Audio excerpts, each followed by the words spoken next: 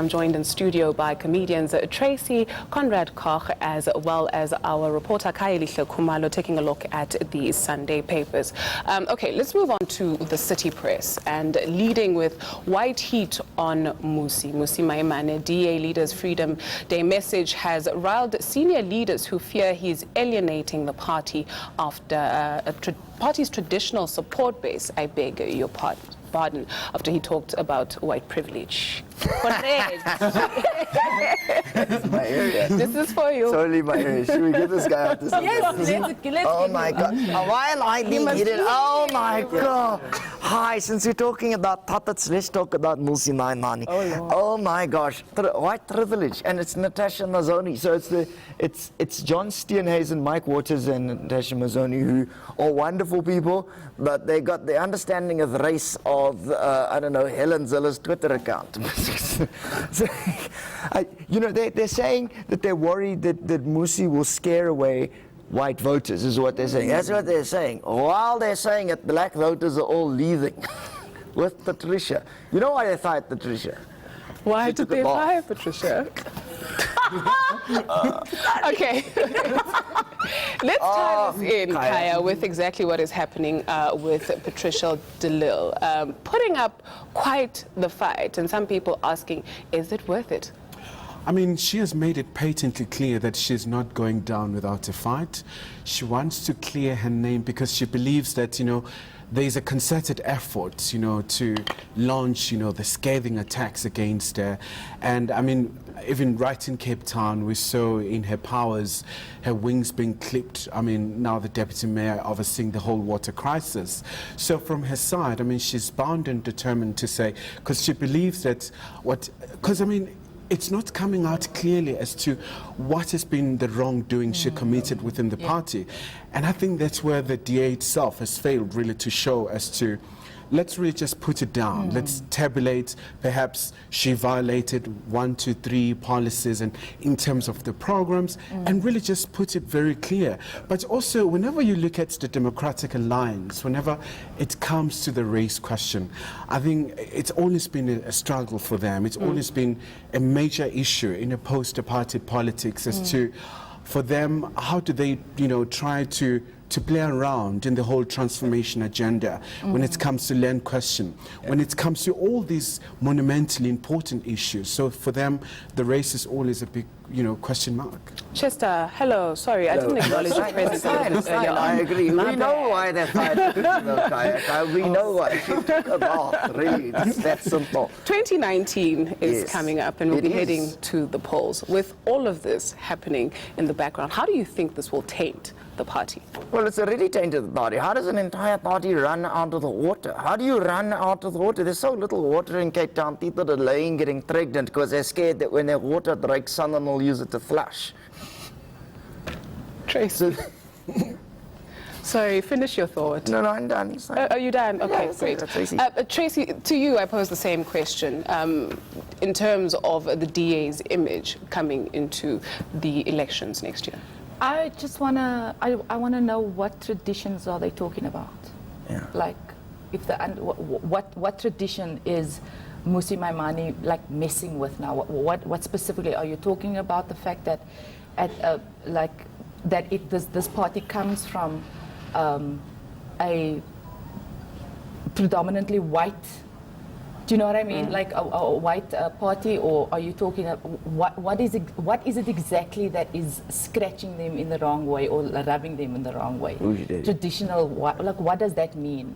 I need for people to understand that if you as a white person in this country don't acknowledge your privilege or don't acknowledge that some way or another you do like a benefit because you are of a certain color or used to benefit or what. I just feel like if you benefit, not used to, benefit, benefit, then you will always struggle with the race questions and the race issues and the land issues and everything. Yeah. And if you don't understand that as a person, as a Caucasian person in this country, as a South African, you are always going to struggle and you are always going to hit dead ends, because that in itself needs to be laid out and it needs to be understood, and then we can move forward, and then we can have our conversations that we need to have. Yeah. Yeah. We move from race issues to another big issue that dominated headlines this week, the issue of femicide. Sandile Manswe being convicted, and he was sentenced to 32 years. There was also that student from KZN who was shot in the head by her boyfriend. I want to get your perspective, Khaya, outside of being a journalist, just being a man in South Africa and witnessing all of this. From your perspective, what can men, or what conversations do we need to have with men to fix this, or begin to even fix it? I think the most crucial element to it, Duduzile, for example, when Judge Johnson was handing down the judgment at the South Gauteng High Court, he said one of the very, perennial challenges we face as the country is that we see all these heavy sentences being meted out. But there's no decline. You're seeing the spike, you're seeing the cases of femicide, going up in the country. So, even the justice system, they're asking the very same question as to what can we do as the country to make sure that as we face this scourge, what can we do? But I think for me as a man, I think it's about how we're being brought up as well. For you as a person to know your self-worth, irrespective of your gender, but also the parents, they have a very incredibly important role to play here in making sure how they inculcate the values that we all know equality. And as much as it's very hard, because these are long-standing challenges, and it's about the psychological environment. It's a very entrenched, so trying to change that, and redesigning how you raise up the kids, and how you tell them, for example, when you have a dinner, to know that all of us can actually wash the dishes, as opposed to always saying the girl's job. Exactly. Yeah. So I think, because that's where the self-worth can come in, understanding that you don't have to rely on a man to provide you, but also there are lots of issues, the phenomenon of the sugar daddies. I want to expand on that, and I want to talk to Tracy about that, because Sandile Manswe said something when he was in court, and he said before the judgment was handed down, he said something like women need to stop liking things or liking money and be women of substance or whatever. But there is that conversation where people are saying that, well, women themselves, because they like money, they expose themselves to situations or being with somebody that will abuse them, but they will stay because of money. Therefore, then again, saying it's a woman's fault, because a woman is always asking to be hit, a woman is asking to be killed, a woman is asking to be shot in the head, a woman is asking she's asking to be raped. She asked for it. I hate that so much, because, and do you know why? Just to connect on what Khaya was saying earlier, the way we teach, what are we teaching our boys? It's not about what we're teaching our girls. Right. It's how we are bringing up our boys in this day and age, in this time of the technology that has taken over. Basically, we're living in the cyber world, basically. And the thing that, and I love Chimamanda Adichie, who is the Nigerian quote-unquote feminist. She's the author. She's amazing. What we teach girls is that we teach girls to compete, not for jobs, not for success, but for the attention of men. That narrative has to change. We need to teach our little girls that when it comes to relationships and love and stuff, that needs to be their choice. It shouldn't be a goal. It shouldn't be an accolade that you get. Socially, everybody's like, always with me. When are you going to get married? Right. I'm 38 Where are the children? years old. When are you going to have children? I'm 38. Like, why don't you ask me about my career? Why don't you ask me if I'm happy? Why don't you ask me about my family? But these things, and that is why these girls fall into this whole trap of, wanting a sugar daddy, wanting the blesser. Girls who like things, they fall into this because the world that we're living in is still, it's still it's imbalanced, it's not balanced. You know what I mean? And it won't be balanced for a long time. But also, what we teach our boys also very, very important. Yeah. Chester, what are we teaching our boys? I don't know. I live in a suitcase. Conrad, what are we teaching our boys? But people ask me if I'm going to get married all the time, but that's because I'm a that. I totally agree with what Tracy said. What are we teaching our boys? Power Ranger dads. I don't know. We're teaching them, look, this guy's talking to, I look like a ding-dong with a mouth. So I'm not really a good person to ask. Thank you very much. I think you got to go back into the suitcase. Wow, that's a little bit odd. Like to have a conversation with the adults. Journalists, adults. You're a journalist at eNCA. You're only vaguely not a puppet. Okay. We're going to talk about his show just now, but there's an issue in the Sunday Times. We read a story earlier on where there was a march in Mexico, and they were marching for the legalization of marijuana. And in South Africa, a lot of growing calls for marijuana to be legalized. Conrad, should marijuana be legalized? Should people be fearful of it? Some people call it a gateway drug. Some people say once you start with marijuana, that leads or opens the door to hardcore substance abuse. Phil is armed because I haven't written a marijuana legalization joke in a while.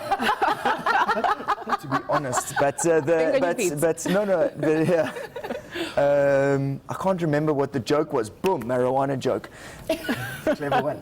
Clever. The issue is, always goes back to, well, then why is alcohol legal? Because that's also a gateway drug. Oh, true. Why aren't we dragging, Solikramas or whatever across the coals for the same tequila? So, and the problem is that it's very accessible in South Africa. Legalized, being illegal isn't really stopping anybody from using it. So, you've never seen anyone shoot their kids on marijuana. Tracy? Yeah. I believe in the health benefits that it has, for the healing benefits that it has for cancer patients, for children with, children with issues with epilepsy and seizures and stuff like that, tremors and stuff like that. Therefore, it should be, and also, yes, it's been proven over and over again that it's not a gateway drug. As Conrad said, alcohol is probably a gateway drug, but yeah, that's the benefits that it has to cure and to heal. That is my big thing, and that's why I think it should be legalized. Absolutely. Should I bother you? Sure thing. Shine the spotlight. I think for me, the late IFP MP Ambrosini, right? He waged such a very incredible struggle, till the making end. all the pleas for Parliament to make sure that it's legalized. So I think it's a worthy call because it certainly does provide some certain benefits, but obviously there might be drawbacks to it, but I think we should just look at the bigger picture. So if other countries can do it, so can we in South Africa, especially if you have proven cases where it certainly makes a difference. Before we go, your minute of I'm doing a show. Over to It's you. a very funny Tell us about your new show. It's not just, it's called Puppet Guy. It's really funny. It's not, you don't have read the newspaper or anything. Oh, really? No, you're lying. But it's at Monte Casino. It's a Monte Casino until the 27th of May. You can book at CompuTicket. There's lots of other puppets. It's hilarious. And yes, Monte Casino. Thank you. I can't wait to see it. Yes, Amandla. Hopefully the puppet masters will be there, but Can I give a shout out to my play? Yes. Do it. I'm doing a play right now with director Jade Bowers, and it's called Young Frau, and it is based on a short story. And we're going to Germany. We're going to the Where can we see the Festival. play? When and then where? we'll come back to Grahamstown from the 1st until the 3rd, and then we are definitely coming to Johannesburg. Right. But those dates, check my social media, Khayelihle Oliver, on Twitter and Facebook and on Instagram, and I'll send you guys all the messages. Khaya, quickly, anything you're working on? What can we expect from you? The next big thing? Kaya's joining me in my new show. I think I want to be a comedian now. This is more fun. And you give me all the laughs, so most definitely. Thank you very much for coming through and talking to us this morning, analyzing the papers with our comedians, Conrad, Chester, Tracy-Lee, and of course, our journalist, Khayelihle Khumalo.